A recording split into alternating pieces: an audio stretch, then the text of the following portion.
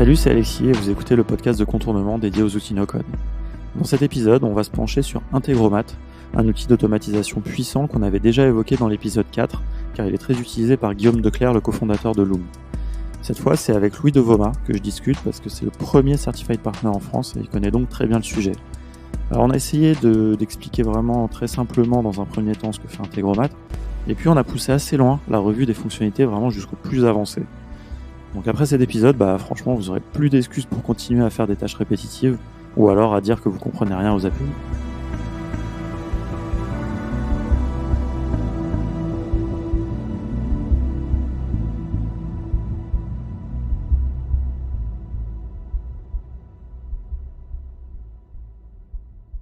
Bonjour Louis, très content Salut Alexis. de te parler pour la deuxième fois. C'est la première fois qu'il y a quelqu'un qui est à nouveau invité dans le podcast. Tu inaugures les cycles des gens qui vont revenir, parce que ça va forcément arriver petit à petit. Ouais, je suis heureux d'être en premier. Cool. Voilà. Écoute, a priori, c'est le 10e épisode qu'on est en train d'enregistrer. Et tu étais intervenu dans l'épisode numéro 6 avec Lucien et moi, où on avait fait un focus sur Adalo. Ouais. Voilà, qui est un épisode chouette où on a eu plein de bons retours.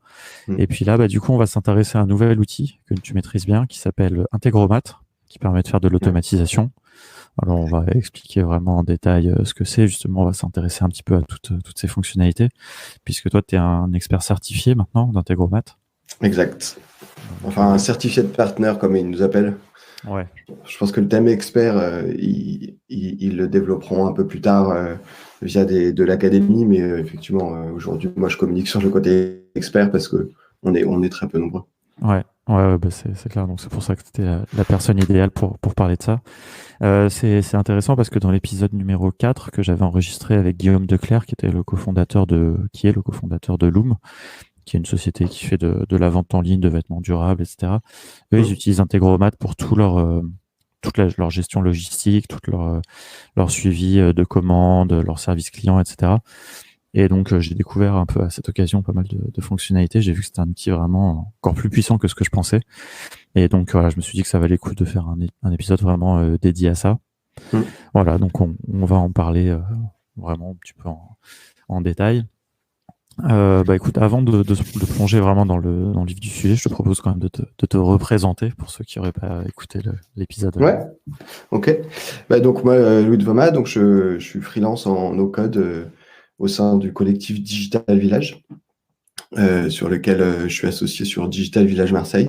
Et aujourd'hui, voilà, je propose mes services en tant que freelance sur tous les domaines du no-code, plutôt du coup j'aime beaucoup, enfin mes préférences vont sur l'automatisation, beaucoup.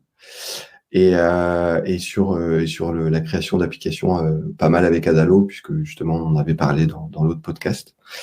Et puis voilà.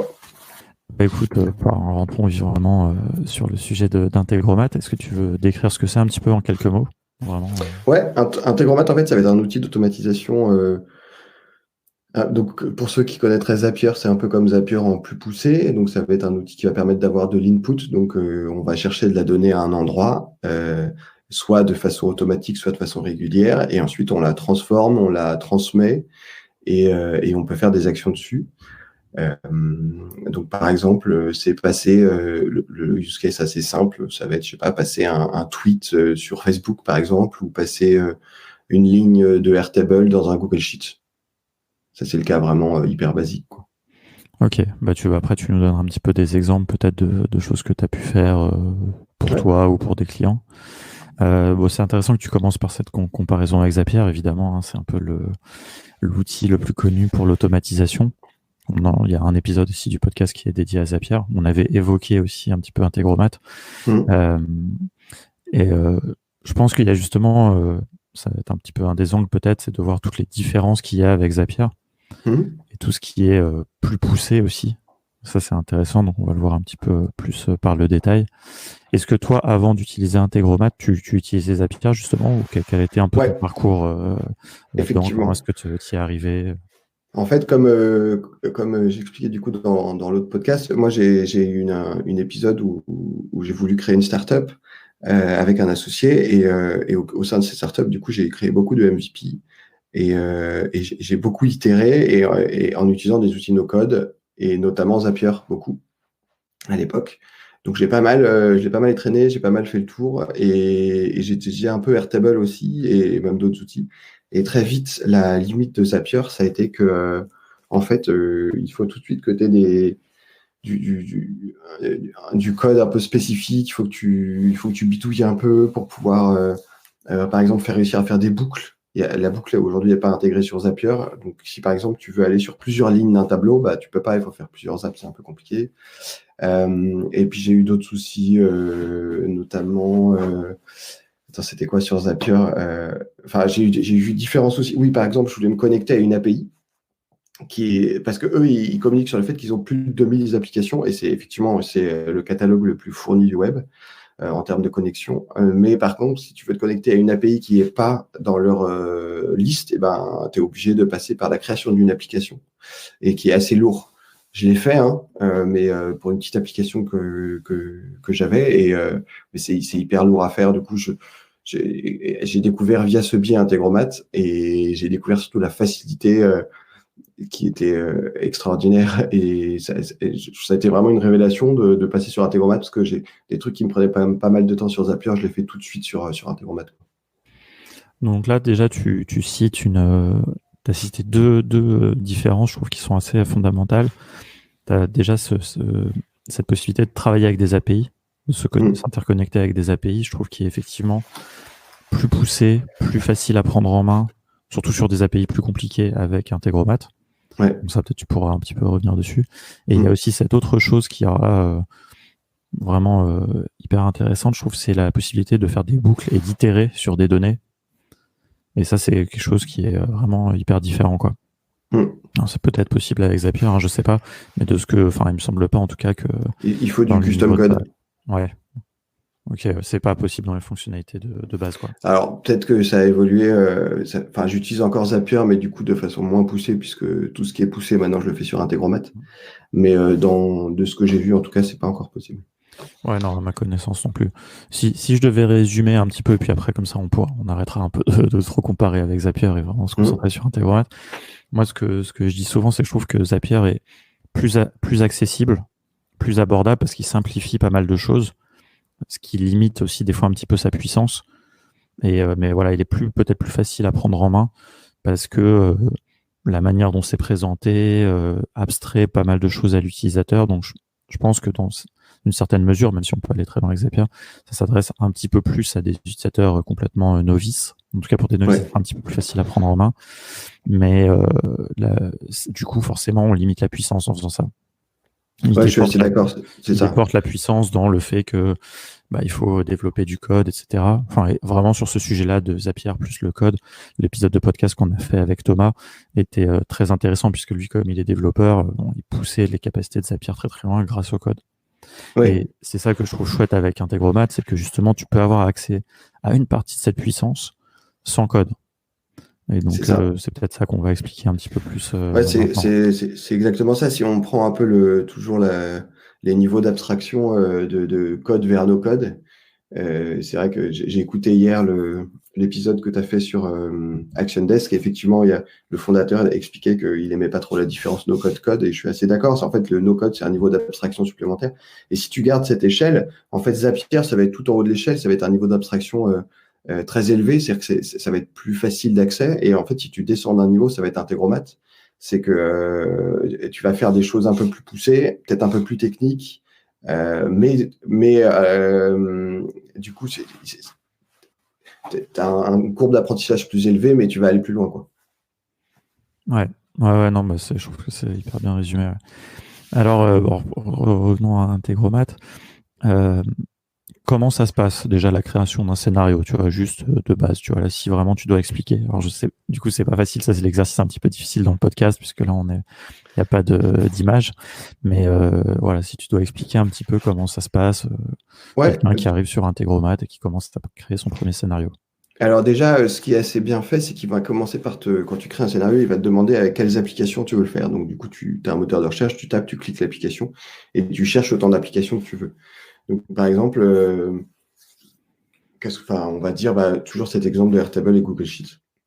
Donc, tu vas taper Airtable, tu vas tu vas cliquer sur une bulle en fait qui représente Airtable. Ensuite, tu recherches Google Sheet, tu cliques sur la bulle et là, tu as tes deux applications et tu fais créer le scénario. Et là, tu arrives sur un Canva et avec une bulle et un point d'interrogation qui clairement invite à l'action. Donc, du coup, tu cliques dessus et là, tu choisis l'une des deux applications qui va être l'action d'input, donc le trigger, ce qui va déclencher ce scénario. Enfin, non, la première application quand tu déclenches le scénario. Et donc, tu cliques, par exemple, tu choisis Airtable. Et là, en fait, il va juste te demander de te connecter. Il va te demander quelle table tu veux, quelle ligne tu veux, qu'est-ce qui va déclencher ou pas justement ce scénario. Et ensuite, tu vas te dire, soit ce scénario, il tourne de façon régulière, toutes les 5 minutes, toutes les 10 minutes, toutes les 15 minutes, ou alors il y a une action qui fait que ce scénario se déclenche. Donc, par exemple, sur Airtable, tu peux regarder les nouvelles lignes qui sont dans une vue spécifique. Et ensuite, en fait, tu as des petits points qui vont lier les bulles entre elles.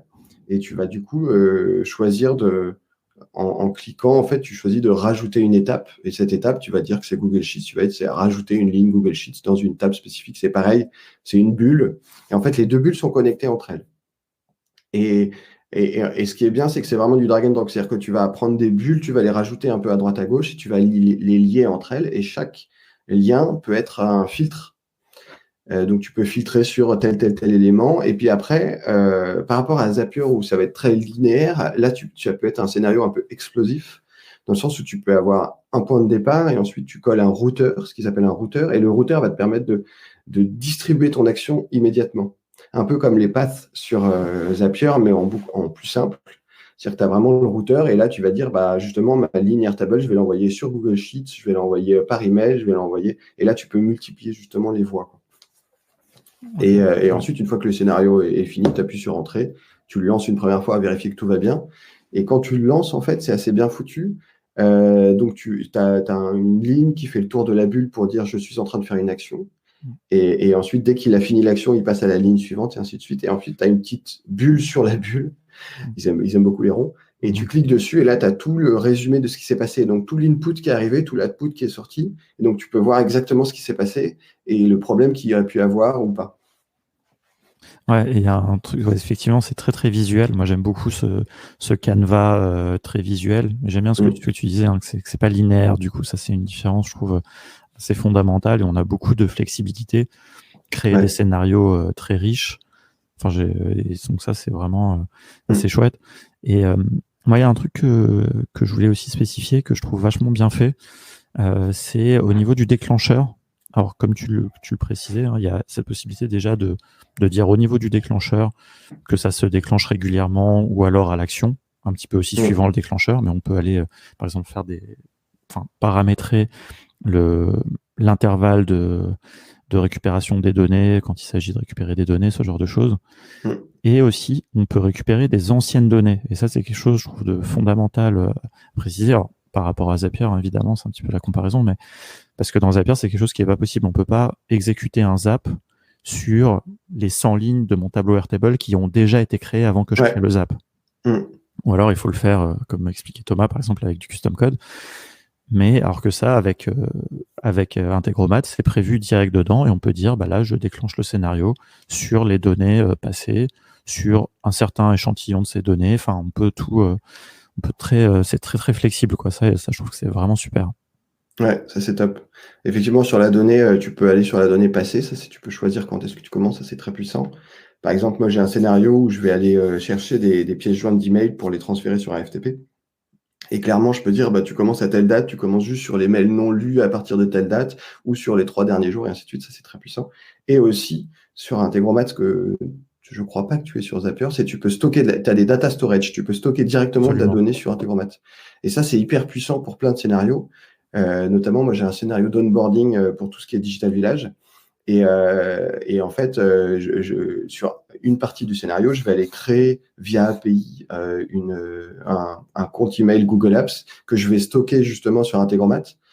Ça me permet de stocker un mot de passe temporaire et qu'il soit le même partout parce que sinon, après, il va régénérer des mots de passe à chaque fois. Et ça, le fait de pouvoir faire du data storage et ensuite de redispatcher cette donnée sur d'autres parties de ton scénario, c'est super puissant aussi. Ouais, non, ça effectivement, c'est une des fonctionnalités que je voulais qu'on aborde un peu plus tard, mais là, c'est très bien d'en parler maintenant parce qu'effectivement, il y a des choses qui existent un petit peu dans Zapier pour faire ça, mais que j'ai trouvé extrêmement complexe à utiliser, alors que dans Integromat, j'ai trouvé ça très simple. Ça, c'est une des fonctionnalités d'ailleurs que j'ai découvert. Je savais pas du tout que ça a été. C'est quand Guillaume m'expliquait son utilisation d'Integromat, qui me disait qu'il l'utilisait aussi comme une base de données centralisée, justement, et qui récupérait des informations à droite à gauche et qui les stockait au niveau d'Integromat. Et donc, il n'y avait même pas besoin de les avoir ailleurs. Et ça, je trouve que c'est hyper intéressant. Je sais pas si tu veux expliquer un petit peu plus, un petit peu la notion là, de comment on stocke les données, comment on décrit ces données, etc. Ok. En fait, tu vas créer des tables, enfin des mini bases de données dans Integromat. Le seul défaut, c'est que c'est pas visuel. Tu peux pas les voir après. Tu vas être obligé de faire des scénarios pour les voir ou alors les stocker ailleurs. Ou en tout cas, si c'est possible, mais je ne sais pas comment faire.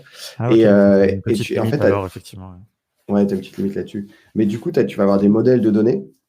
Donc, c'est comme une table. Tu vas créer des colonnes et des lignes, enfin des colonnes et avec des spécificités. Et ensuite, tu peux utiliser en fait au sein de tes scénarios ces modèles de données, ces mini bases de données, pour pouvoir stocker de la donnée soit temporairement, soit à long terme. Donc, ça peut être du log spécifique, ou ça peut être comme moi ce que j'ai fait. Du coup, je l'ai découvert en cherchant un peu dans leur aide en ligne. En fait, pour éviter de régénérer par exemple des mots de passe ou des choses qui sont à usage unique et qui risquent du coup de ne pas se ressembler au sein du même scénario et que tu as besoin d'avoir une continuité de la variable. Donc, soit tu peux créer une variable, ça c'est une autre fonctionnalité, soit tu crées du coup des mini-bases de données, tu vas stocker ta donnée dedans et tu vas la récupérer à d'autres moments de ton scénario et ça va même pouvoir être un déclencheur au sein même de ton scénario. Et donc voilà, moi typiquement, donc, je crée des comptes email Google Apps, je les stocke tous dans ma base de données. Ensuite, je les réutilise dans mon scénario pour pouvoir dire, tu utilises l'adresse email de cet utilisateur que j'ai stocké dans cette base de données pour envoyer un email pour lui dire de s'inscrire à ça, ainsi de suite. Et je l'utilise du coup à plein d'endroits. Ok. Donc ça, voilà, c'est le fonctionnement global de la base de données. J'ai sans doute pas l'utilisation la plus poussée qui existe. Non, mais je m'en sers aussi. Bien, en tout cas. Ouais. Et je m'en sers aussi pour faire des logs spécifiques sur un autre. Donc toujours mon scénario là d'email qui passe de la boîte email où tu as des factures en pièces jointes jusqu'au FTP. Et en fait, j'avais un besoin moi, je fais une transformation de nom au sein de mon scénario Integromat et du coup, j'avais besoin de stocker ces noms pour qu'ils soient pérennes parce que j'utilise un UID et si jamais je réappelle l'UID à chaque fois, ça va générer des nouveaux UID. Du coup, les noms ne sont pas pérennes. Donc voilà, donc là, du coup, j'utilise pour le stocker et pour pouvoir le réutiliser plus tard. Ok, c'est un très bon exemple, je pense, d'utilisation, ça illustre bien. Et moi, ce que j'aime bien aussi, ce que tu disais, c'est il y a cette notion d'Integromat, j'avais pas réalisé, là je me rends compte en même temps qu'on en parle, c'est aussi ce fait de pouvoir faire des scénarios que tu exécutes simplement à la demande. Un peu à la manière de... Moi, j'ai un background de développeur à la base, que je faisais de l'administration système, des fois on se fait des scripts voilà, par exemple, pour, je sais pas, nettoyer, lancer une série d'actions automatisées, mais on le lance à la main quand on en a envie. Ouais. Et je trouve qu'il y a un petit peu cette abstraction. Integromat offre cette possibilité, c'est-à-dire de se faire ses propres outils de scripting, d'automatisation, et qu'on déclenche quand on en a envie, quoi. Alors évidemment, on les déclenche aussi de manière automatisée avec des triggers, etc. Mais j'aime bien cette notion-là, quoi. C'est exactement ça. Moi, justement, j'ai un scénario qui est un mini-script, en fait, qui me permet parce que souvent, toujours ces histoires de factures en PDF, souvent, en fait, on me vient me dire, tel PDF, il n'est pas bien passé sur le FTP. Et du coup, il faut retrouver la facture initiale, mais comme elle a changé de nom, c'était pas trop possible. Du coup, j'ai juste un script qui me dit, va me chercher le bon nom et surtout l'UID de l'email pour savoir exactement quand est-ce qu'il a été envoyé. Et pour pouvoir récupérer la facture. Ouais. C'est très hyper intéressant.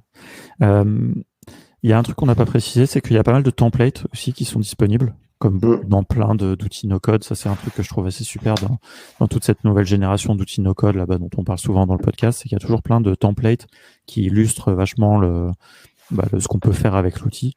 Ouais. Et par exemple, dans Integromat, il y a quand même plein de cas d'usage. Et puis des fois, des templates un petit peu en plusieurs étapes, etc. Un peu poussés. Je trouve qu'ils sont assez chouettes. Je sais pas si toi, tu t'en utilises des fois ou... Non, parce que moi je pars toujours d'un besoin spécifique, du coup Ouais. j'écris, enfin je fais le scénario un peu dans ma tête et ensuite je le crée sur Integromat. Mais effectivement, c'est un super point de départ, soit pour apprendre, soit pour voir des techniques. Et je sais que maintenant c'est possible de faire soi-même des templates, donc c'est vrai que ce côté partage de connaissances au sein des outils no-code, et je trouve ça super parce que c'est vraiment comme ça que tu apprends. Ouais, ouais, ça, c'est génial. Ouais. Alors, si on s'intéresse un petit peu plus aux API, donc tu as évoqué tout à l'heure cette possibilité vraiment d'appeler des API. Et puis après, il y a aussi une autre fonctionnalité qui est géniale avec Integromat, alors qui existe aussi avec Zapier, mais qui est d'exposer des webhooks, donc exposer des endpoints d'API, en fait, pour que des développeurs, par exemple, puissent envoyer des données Mm. à Integromat et à partir de là, déclencher des actions, quoi. Donc ça, je ne Ouais, sais pas si c'est des choses que tu as utilisées. les deux, ouais, les deux. Alors l'exemple des API, ben, je l'ai utilisé il n'y a pas très longtemps. En fait, au sein de Digital Village Marseille, on a besoin d'avoir un peu un tableau de suivi. Et comme de la même manière que vous racontiez sur le podcast d'Action Desk, tu vois, les équipes d'Action Desk, tous les devs, ils sont focus à fond sur le développement de l'outil. Et lui, il fait tous ces outils de dashboard en no-code. Et ben, en fait, c'est un peu la même idée chez nous. C'est-à-dire que on a beaucoup de devs au sein de Digital Village, mais ils sont tous soit chez des clients, soit focus sur notre outil interne. Et du coup, de SI. Et du coup, moi, j'avais besoin d'un pilotage un peu financier. Et on est chez Conto, la banque, la néobanque en ligne, Ouais. et ils ont une API, sauf qu'évidemment, ils ne sont pas connectés à Zapier ni à Integromat. Et ben, du coup, sur Integromat, j'ai juste lancé le module HTTP, j'ai rentré les informations de l'API et j'ai fait un get et j'avais toutes mes données bancaires directement dans Integromat. Et après, j'ai pu les retraiter, les mettre dans Airtable, faire des liens entre elles et surtout faire des recherches sur les montants pour savoir à quelle facture ça correspond. Et du coup, j'ai vraiment vachement automatisé mon suivi financier et c'est méga puissant.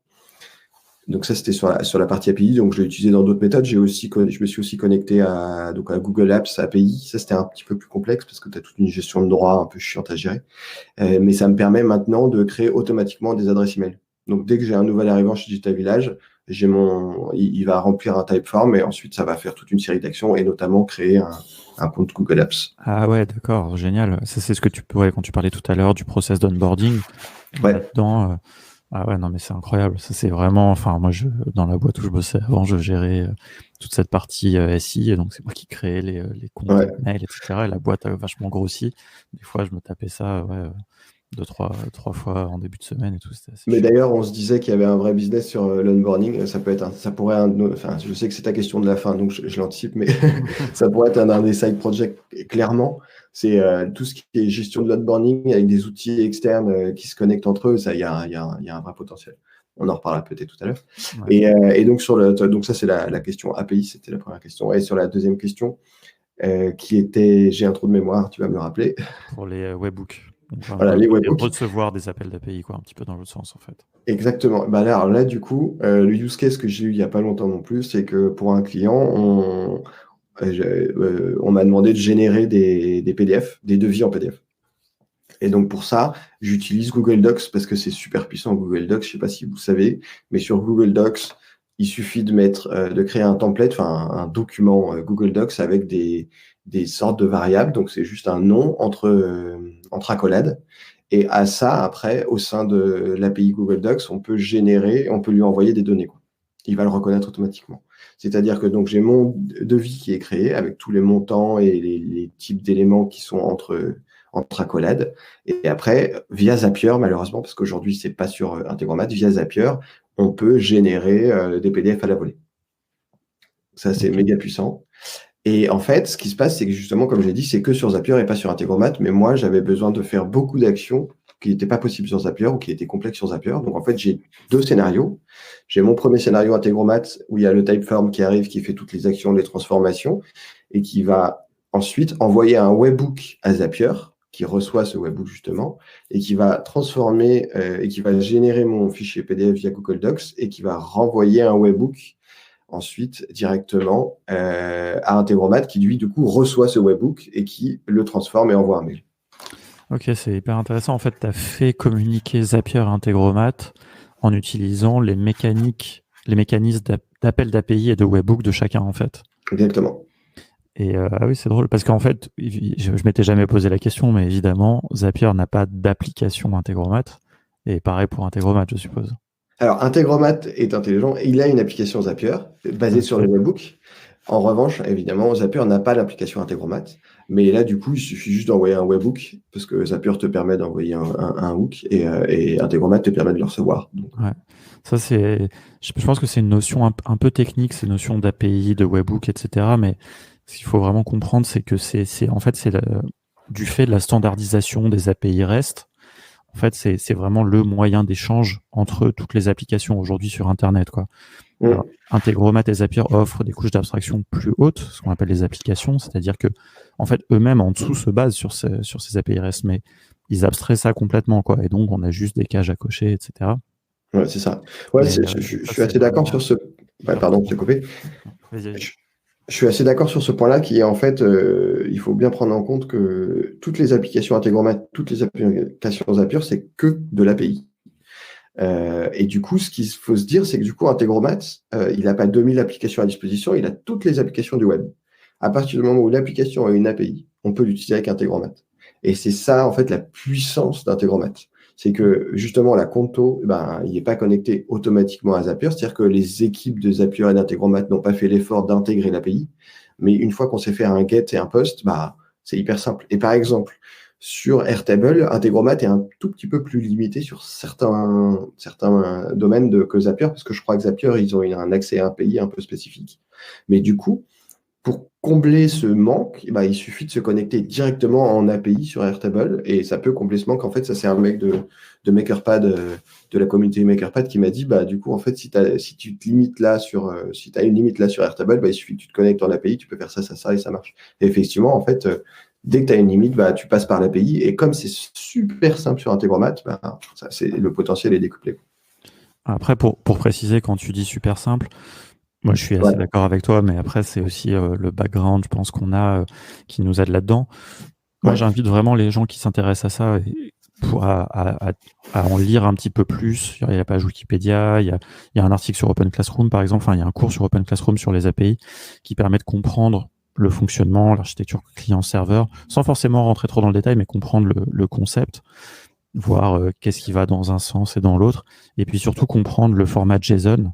Ça, c'est extrêmement important pour ouais. arriver à lire, puisque ça, c'est le format qui est utilisé pour transférer les données. Et c'est vrai que quand on est à l'aise avec ça, on voit tout de suite, en fait, dans une documentation d'API, si elle est bien faite, on voit les objets, on voit les tableaux, on comprend ce qui est une donnée qui se répète, quels sont les champs, etc. Je pense que quand on connaît pas, c'est moins évident. Ouais, Ça dans fait le un côté petit peu super simple, je reviens un peu dessus. C'est super simple pour effectivement mon background, là où tout ce que j'ai eu avant, et surtout d'avoir tenté d'apprendre à coder et d'avoir buté sur des murs constamment. Et là, de découvrir Integromat, en fait, c'est une révélation dans le sens où tout mon background pseudo-technique peut être mis à contribution, enfin peut être mis à bonne utilisation dans Integromat, ce que j'ai jamais pu faire avant. Et du coup, c'est une révélation, quoi. Mais c'est pas super simple. Il faut effectivement, il y a tout un apprentissage quand même. c'est accessible, disons. C'est Parce qu'on accessible, voilà, précise quand même exactement. que toi, tu n'es pas Totalement. développeur à la base. Tu Je suis pas travailles dans le développeur à la numérique base. depuis très longtemps, tu as fait de la gestion de projet, tu as fait pas mal de choses. Mais Ouais. c'est voilà, donc Ouais, c'est c'est vrai que accessible. Mais la il y a un présentation était petit. un peu rapide. Voilà, non, non, mais enfin, bon, je pense que les gens peuvent s'en emparer. Nous, c'est ça le sujet. Mais Mm. un petit peu Exactement. comme tous ces outils, il faut un peu quand même se former, se renseigner, enfin, et Mm. pour aller plus loin. Mais je pense que ce sujet des API est quand même assez fondamental. Et je pense que aussi, il y a un autre domaine où c'est très important, c'est quand on commence à utiliser Integromat, on va dire, pour faire des prestations. Tu vas commencer à travailler avec des PME, des grands comptes ou n'importe quoi. Eux, ils vont utiliser beaucoup d'applications métiers ou quoi, qui soit ils ont développé eux, soit ils ont acheté sur l'étagère, mais qui ne sont pas dans Integromat ou dans Zapier, quoi. Et pour Ouais. travailler avec eux, le seul moyen va être de passer par ces mécanismes là qu'on vient d'évoquer. Exactement. C'est tout à fait ça. Et tu as aussi la connexion. Tu peux directement te connecter à une base SQL aussi. Alors ça, je ne l'ai pas encore utilisé sur, euh, sur l'un de mes scénarios et ça nécessite de maîtriser un tout petit peu le langage SQL, ce que j'ai fait effectivement dans mes anciens métiers. Et Ok. du coup, ça me permet de faire une jonction. C'est si vous voulez ma description complète de ce que j'ai fait avant, il faut aller écouter l'autre épisode du podcast. Ouais.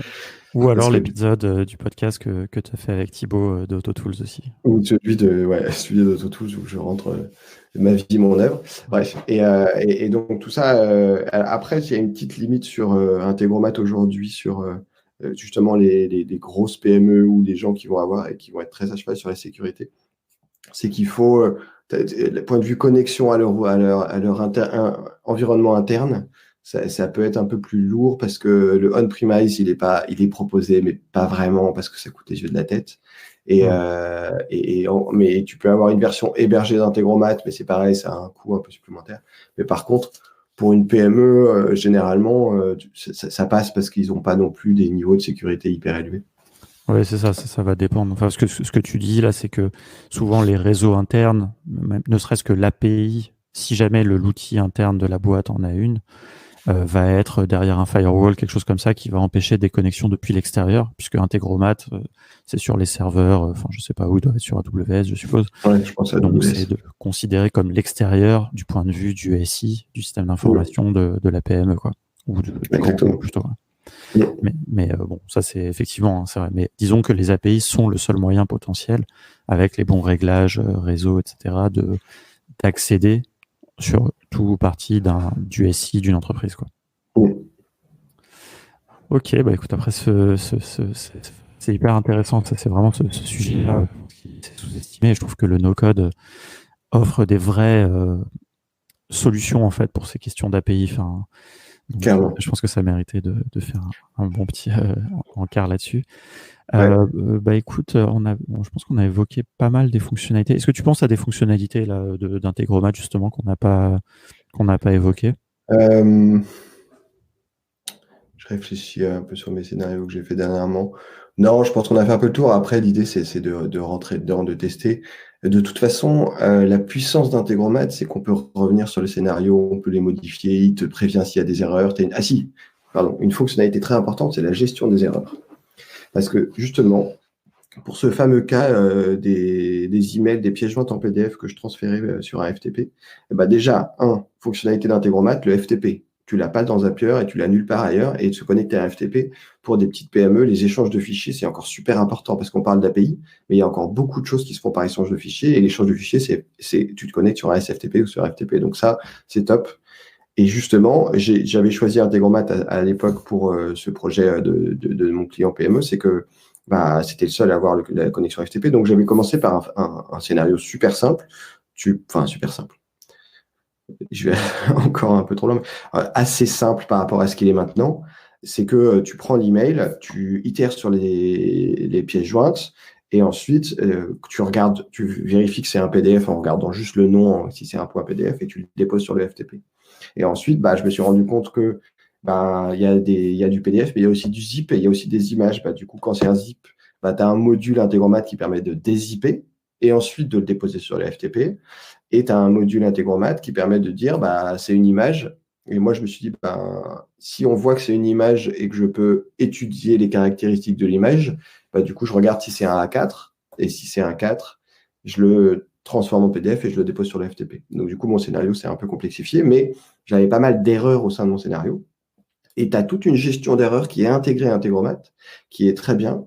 Et tu dis, soit je fais un retry toutes les 5 minutes pendant 2 heures, par exemple, si tu as un défaut de connexion, ou soit si jamais le FTP répond pas, du coup, je le dépose sur un Dropbox, et du coup, tu te mets une alerte pour dire vérifier Dropbox pour le transférer, ou soit tu as un autre scénario qui va aller chercher les éléments de la Dropbox pour le déposer sur le FTP. Enfin, du coup, en fait, cette gestion d'erreurs te permet vraiment de limiter l'action humaine qui est nécessaire à tout, et surtout le fait de pouvoir revenir sur Integromat constamment pour voir les erreurs, voir ce qui s'est passé. Tu as toute une série de logs, tu vois tout ce qui s'est passé à chaque fois pour chaque scénario. Tu as un vrai suivi que quand tu vas confier ça à un développeur, déjà en tant que moi, product manager, déjà je lui faisais des specs, elles n'étaient jamais complètes, donc on devait revenir dessus plein de fois, il fallait repasser en prod, c'était compliqué, il fallait toute une gestion, machin. Et puis surtout, en fait, tu n'avais pas de log, il fallait redévelopper un back-office pour avoir tes logs, quoi. Donc c'est tout ça intégré Integromat, mais le temps qu'on gagne, le temps que les développeurs gagnent pour ça, c'est dingue. Même les développeurs, d'ailleurs, pour la plupart, je pense qu'il y en a plein qui utilisent Integromat parce que tu gagnes un temps dingue et que c'est pas Ouais. très très cher par rapport au temps gagné. Ouais. Bah, on va parler du pricing après, justement, parce que ça, je trouve que c'est quelque chose d'intéressant. Mais c'est vrai que je trouve que la manière dont est fait Integromat, tu fais vraiment de la programmation visuelle, quoi. Un petit peu, Mm. c'est un peu l'analogie aussi que fait Bubble, mais à partir du moment Exactement. où tu as des logs, que tu as un debugger, bah, tu fais de la programmation, quoi. C'est pas parce que tu Ouais, tapes c'est pas les ça. lignes de code que tu fais pas de la programmation. Et je trouve que ça, c'est aussi très vrai pour Integromat, et j'aime beaucoup la manière très visuelle qu'ils ont de présenter les logs, les sorties, les données qui sortent de chaque module, enfin, pour suivre, pour essayer de tracer où est-ce qu'on a pu faire une erreur aussi dans son scénario. Tout ça est vraiment hyper intéressant, quoi. Et je pense que effectivement, c'est vraiment l'outil no-code par excellence, dans le sens où c'est vraiment de la programmation avec un niveau d'abstraction supplémentaire, comme peut l'être Bubble. Malheureusement, moi, je suis pas très Bubble encore, mais je sais que c'est ça, parce que en fait, t'as pas de limite. Et à partir du moment où t'as pas de limite, c'est un vrai niveau d'abstraction supplémentaire où justement tu peux aller très loin, quoi. Ouais. Et alors, pour parler du pricing très rapidement, est-ce que tu veux décrire un peu ça parce que... Bah, globalement, c'est pas très cher. Tu as pas mal de choses que tu peux faire gratuitement. Et ensuite, assez vite, tu vas vouloir payer. Le premier tiers, il est à 9 $. Mais contrairement à Zapier, où ils vont te limiter en fonctionnalité et tu vas devoir aller taper dans les niveaux beaucoup plus élevés, genre 50 ou 60 ou 70 $ par mois pour avoir des fonctionnalités un peu sympas. Par exemple, Zapier, pour avoir la fonctionnalité pass, ce qu'on disait, donc de pouvoir de faire un test if, ça, else, enfin de faire vraiment une séparation de ton zap en Scénario, deux, ouais. il faut directement que tu ailles sur 50 $. Alors que là, sur Integromat, tu as toutes les fonctionnalités pour 9 $. C'est juste que tu as une limite d'action ou une limite de mégas. Et Ouais. après, bah, si tu exploses ta limite, tu payes soit en action supplémentaire sur un mois donné, soit tu passes au forfait d'après qui est à 29 $, donc à 30 $. Et qui lui, moi aujourd'hui, j'ai un client, donc toujours cette PME avec les emails, on fait énormément d'actions tous les mois et pour l'instant, le 29 $ est suffisant. Et ensuite, voilà, tu as des incréments, mais l'incrément ne se fait que sur l'action ou le méga et pas sur la fonctionnalité. Donc, ça, c'est une vraie force d'Integromat. Ouais. Moi, je trouve que leur modèle est vraiment sympa. Je le trouve très, j'ai envie de dire démocratique. Je sais pas, c'est pas le bon mot, mais je trouve Ouais, ça hyper chouette que gratuitement, tu as accès à toutes les fonctionnalités et que le seul truc que tu payes, c'est l'exécution. Ça, c'est normal, hein, exactement. puisque c'est les ressources que tu vas consommer chez eux. Mais ça, c'est vraiment, j'apprécie parce qu'effectivement, Zapier, je trouve que c'est pas très cool que c'est pas juste que quand tu commences à payer, tu as accès aux fonctionnalités premium, c'est que tu as au sein même des fonctionnalités premium différents niveaux, quoi. Et Exactement. ça, vraiment, je trouve ça un peu pénible, quoi. Mm. Donc, ouais, non, ça, c'est vraiment aussi un des trucs qui me plaît beaucoup sur Integromat. Et même si on ramène au coût par action, etc., en plus, c'est intéressant, quoi. Ah ouais, puis par rapport au temps gagné, ça vaut vraiment le coup. Ouais. Alors, on n'a pas précisé, mais c'est une société tchèque. Ouais. Ça n'a pas de rapport avec le prix nécessairement, mais ça aussi, je trouve ça assez chouette à spécifier parce que c'est quand même une boîte en Europe. Moi, j'ai Ouais. l'impression, alors je les connais pas du tout, je sais pas, toi, tu as échangé avec eux, mais j'ai un assez bon feeling. J'ai l'impression que derrière, il y a une équipe aussi qui est chouette. Ouais, effectivement, moi j'ai échangé avec le responsable du coup des partenaires, qui est très sympa, qui s'appelle Thomas. Et du coup, j'ai accès maintenant à leur Slack partenaire. Et ils sont assez présents, ils aident, et ils ont vraiment la volonté de fédérer une communauté, ce qui est super agréable. Parce qu'aujourd'hui, Zapier, c'est devenu une énorme machine. Ils sont 300 employés en remote, il y a énormément d'experts certifiés. Et c'est super, hein, parce que c'est hyper important. Mais du coup, c'est une boîte qui a plus de maturité, qui est américaine, qui est un peu différente. Là, Integromat, ça reste encore un peu la start-up européenne qui veut se faire connaître.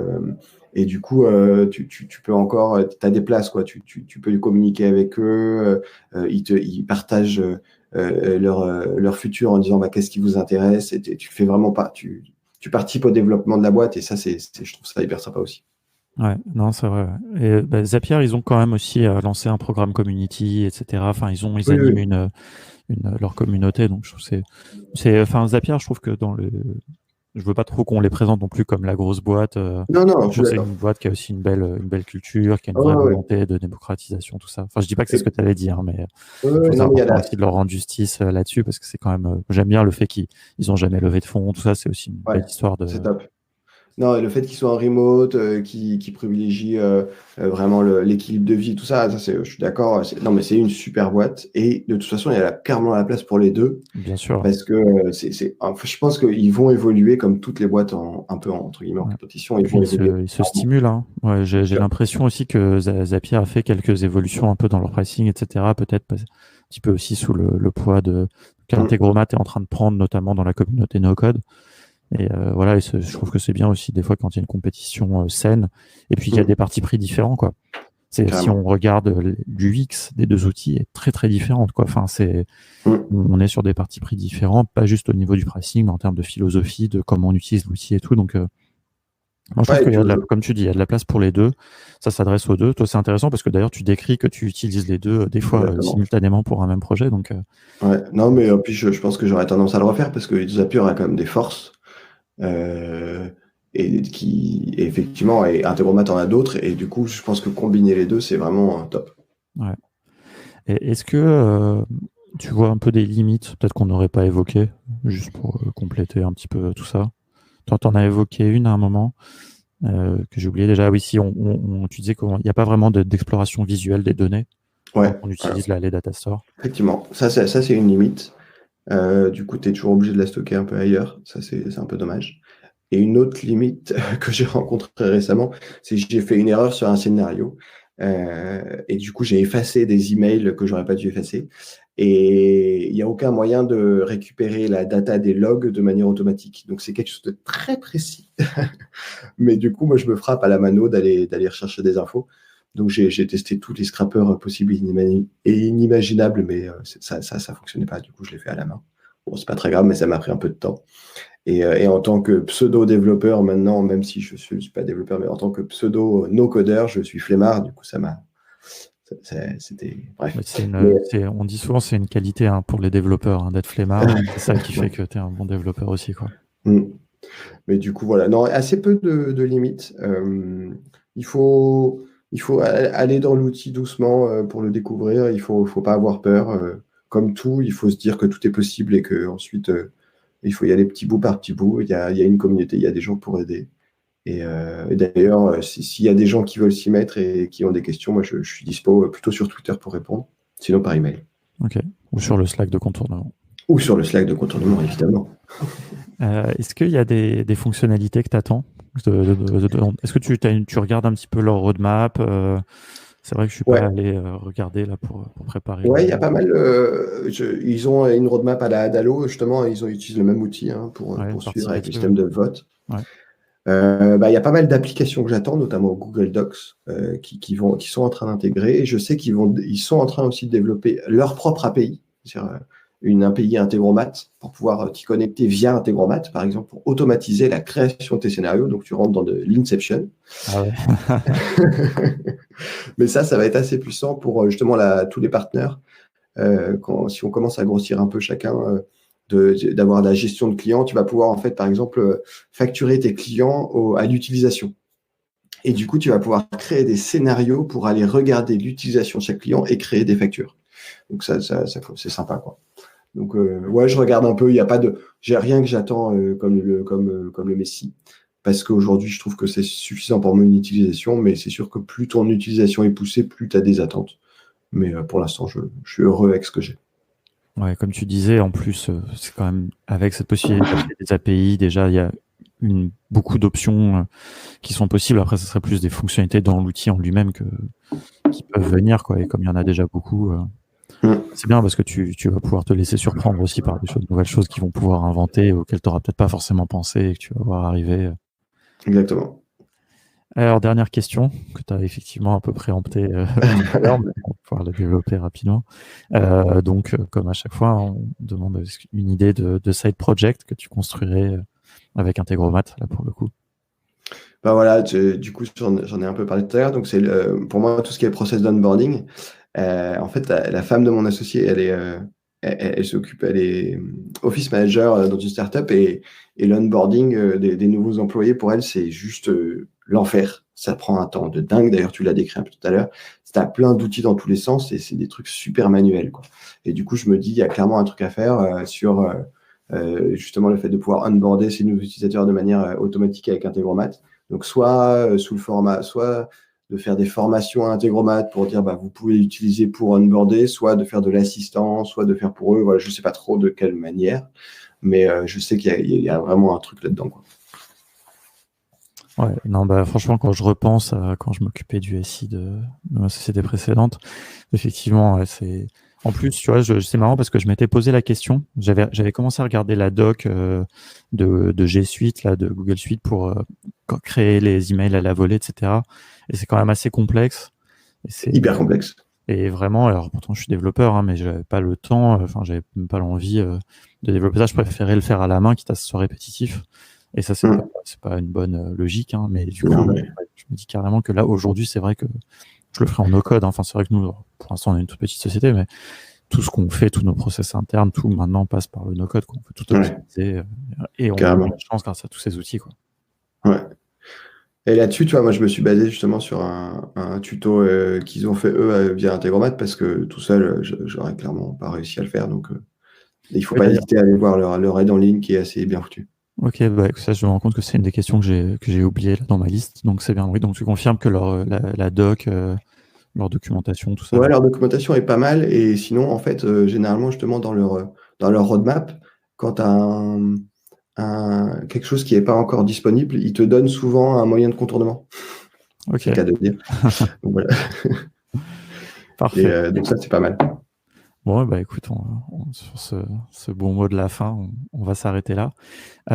Si tu veux rappeler peut-être où est-ce que les gens peuvent te retrouver sur Twitter, ton handle Twitter. Ouais, Twitter, @LouisDV, ou sur mon site louisdv.me. Et voilà, je suis disponible pour des questions. Parfait. Éventuelles. Super. Et écoute, nous, on va se voir bientôt au hackathon no-code, au premier hackathon no-code. Ouais, ça va être super. On va voir s'il y a des gens qui vont construire des choses avec Integromat. Tu as quelques que je vais pousser. Oui, puis ça peut tellement s'intégrer dans n'importe quel projet que je pense que ça risque de se passer. Ouais. Ok, bon, très bien. Passe une bonne journée et à très bientôt alors. Ouais, à très bientôt. Merci beaucoup de m'avoir reçu. Salut. Salut.